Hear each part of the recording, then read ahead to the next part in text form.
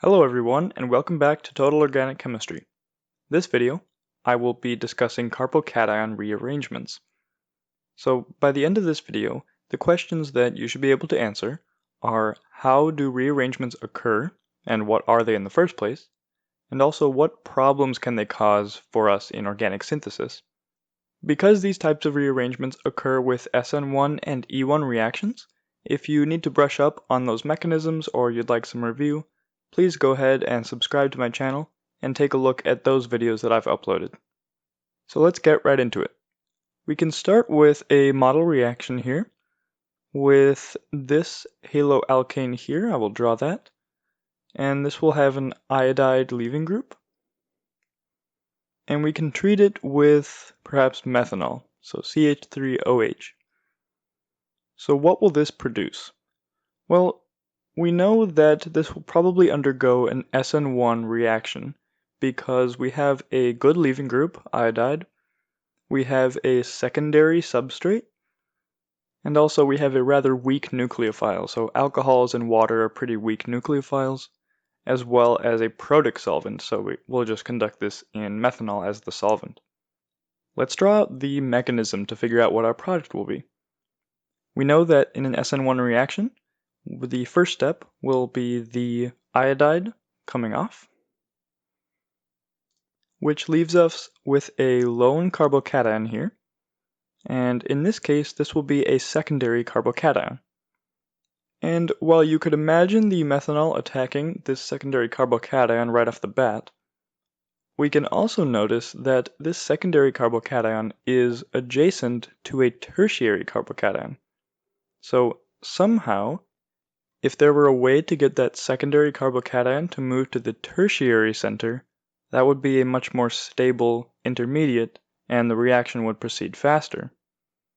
In fact, what can actually happen is if I draw this hydrogen in explicitly, because this is adjacent to the secondary carbocation, we can draw this bond to hydrogen actually moving over to capture that carbocation here on the secondary center. And that will give us this more stable carbocation, where now the positive charge has moved to the tertiary center, which is in effect more stable. And this is called a hydride shift, because we're shifting one hydride, so H and 2 electrons, to the adjacent carbocation. So now that we have a more stable carbocation, now the methanol can come in and attack that positive charge, so we know the lone pairs on the oxygen are nucleophilic. They can come in to attack that, which will give us the adduct here with oxygen with a plus charge because it has that extra proton.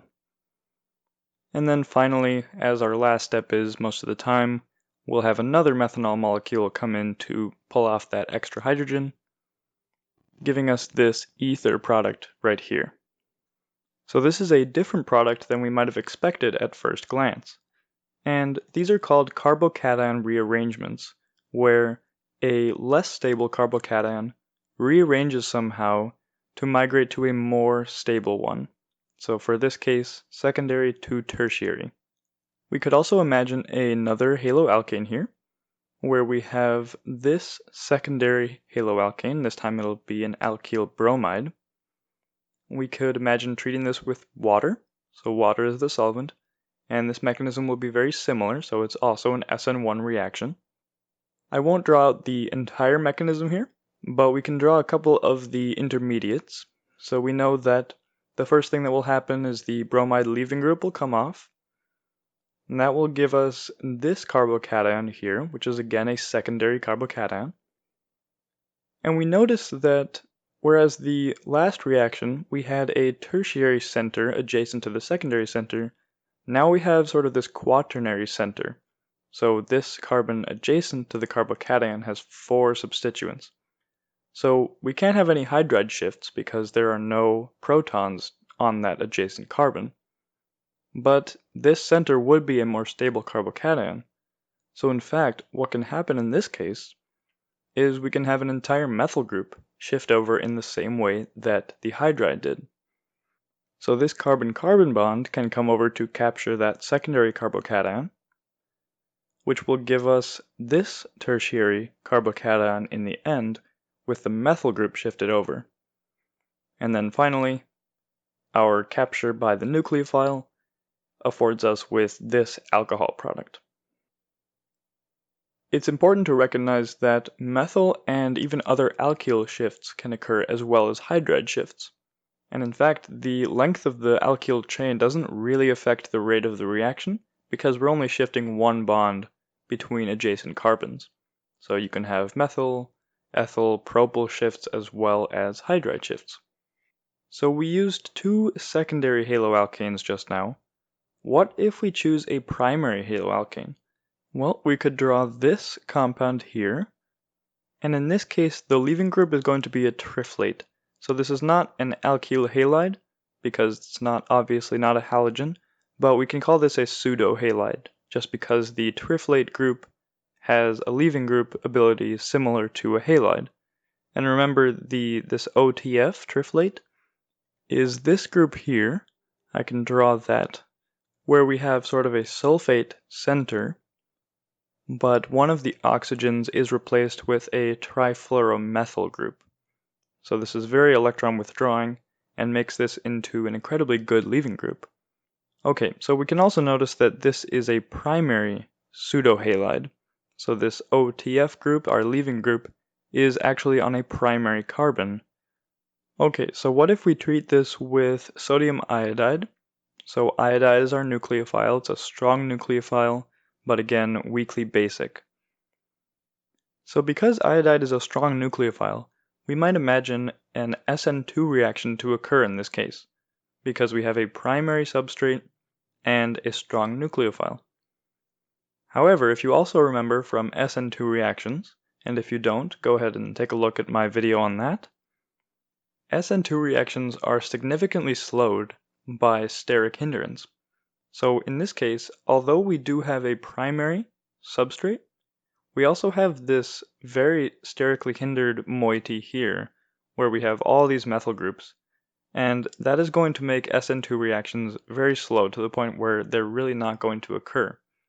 Okay, so we can't have an SN2 reaction because of this steric hindrance, and also we can't have a direct SN1 reaction either, because we know that if this triflate group leaves, that'll leave us with a lone primary carbocation, and primary carbocations are really too unstable to form in solution. So okay, we're kind of stuck here. Well, what if we have sort of a pseudo SN2 reaction inside the actual molecule? Because if you notice, just like the previous reaction that we dealt with, this primary carbon is adjacent to a much more stable possible carbocation. So what can happen is we can have a methyl shift. So this methyl shift will happen concerted with the leaving group coming off the molecule. So we'll have this methyl group coming over and attacking this primary carbon, and at the same time, in the same step, the triflate group will leave. And then this ends up with the tertiary carbocation right here, which is indeed stable enough to form. And so that avoids the primary carbocation forming, and it also gets around the steric hindrance of an SN2 reaction. So that's great for us.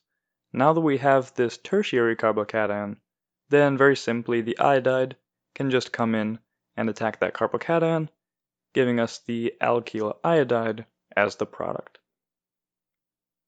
So rearrangements of primary substrates are rather rare because they have to undergo this hydride or methyl shift concerted with the leaving group coming off. However, if you really raise the temperature up, then you can get those reactions to go forward. Lastly, let's take a look at one reaction where I will ask you to draw the mechanism. So we'll start with this cyclic starting material here, and then we'll have this substituent coming off of it with a bromide. And then our reaction conditions will be water as the solvent, and then heating it up quite a bit, so maybe reflux in water, where we have it continually reacting in boiling water, to form cyclohexene. So what is the mechanism for this? Well, let's take a look at the possible things that could happen. Again, we'll start with this alkyl bromide. And we know that if the bromide just comes off to start, we'll end up with a primary carbocation forming. And that's not really going to happen, so let's think of a different way. We also can't really have an SN2 reaction because, first of all, water is a weak nucleophile, so it probably won't be strong enough to undergo SN2 kinetics. And furthermore, we have this branched haloalkane, so it's going to be significantly slowed. And then also, if we look at our product here, since I've given you the product in the first place, you can notice that this will be some sort of elimination reaction. So we're forming this double bond here, which means that it's going to have to be an E1 or E2 mechanism.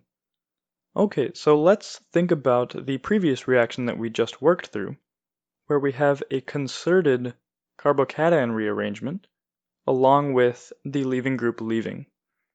So what could happen here? Well, we have this branched haloalkane, and although it won't be exactly the same as the previous reaction, we could imagine this rearranging to where one of these carbon-carbon bonds will attack the primary carbon here, and then at the same time the bromine will leave the molecule. And remember what I said is that it doesn't really matter what the length of the chain is, so although this is not a methyl group rearranging, it will proceed at essentially the same rate. So after this rearrangement occurs, we'll end up with this 6-membered ring instead of the 5-membered ring we started with. So now we have a secondary carbocation, which is stable enough to form as an intermediate. And then finally we want to make this cyclohexene product, so that's going to have to be an E1 reaction. So this water molecule that we have as the solvent will come along, pull off this adjacent hydrogen, and the bond will swing down to form that double bond to make our product. So again, it's rather important to pay attention to these possible carbocation rearrangements and figure out if they are useful for your synthesis or if they cause problems and introduce unwanted products. So thank you again for watching my video. If you enjoyed it or learned something along the way, please like and subscribe to my channel, as well as following me on Facebook at Total Organic Chemistry or going to my website. If you are able, please consider donating to my Patreon page, which I will link in the description, and that allows me to continue producing these videos for all of you.